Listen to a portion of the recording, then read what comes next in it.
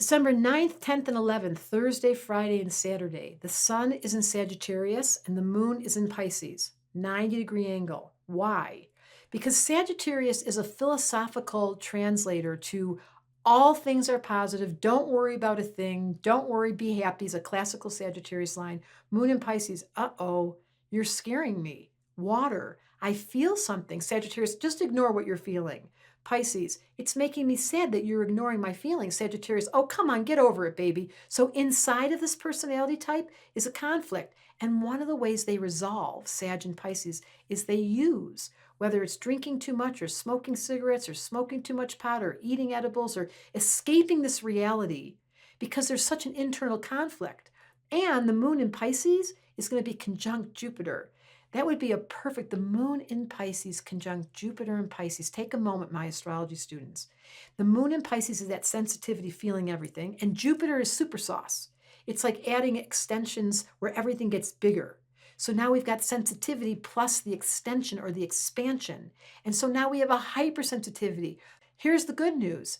Jupiter is the gift giver. Sagittarius is the gift giver. Pisces says indulge. It does feel scattered because they're both in mutable signs and they have a conflict, but because the moon and Jupiter are in Pisces, it's just a softer energy. And so we first talk about Emily Dickinson, the poet. This is the right use of Sag Pisces. The optimism comes into a song. The optimism comes into a poem.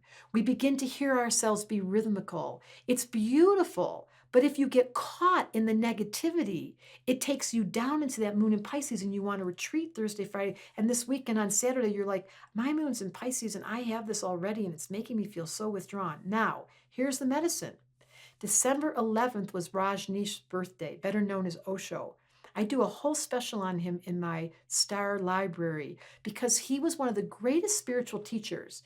He was in India, he had a huge following, and he was so controversial because that's what Sagittarians are like. So he would say to people, eat and do drugs. He'd have gatherings of people having sex together. He broke every rule that a guru was supposed to have.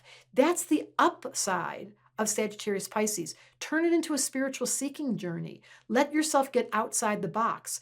Think big and don't get caught. Or do the moon in Pisces on the weekend and say, I'm feeling too emotional to get spiritual. This is really an opportunity to find this weekend the positive energy of being sensitive and not complaining about it. So think about looking up Osho, O-S-H-O, and watching his videos. He swears, he's so Sagittarius. Or read some poetry this weekend. Astrology Answers wanted me to tell you, there's always an option when you get to that place of sensitivity conflicted by your exuberance to be able to take your awareness and say, I am going to read some poetry. I am going to let myself be home this weekend, but without the feeling of something's wrong, but rather, oh, the moon and Jupiter are in Pisces. It's time for me to be warm and fuzzy. I have guilt-free cards. Astrology Answers Tell Me by Debra Silverman. It's just that time of the month when there's some conflict and it's sensitive and you have permission to get spiritually aware enough to say, this is not taking me down.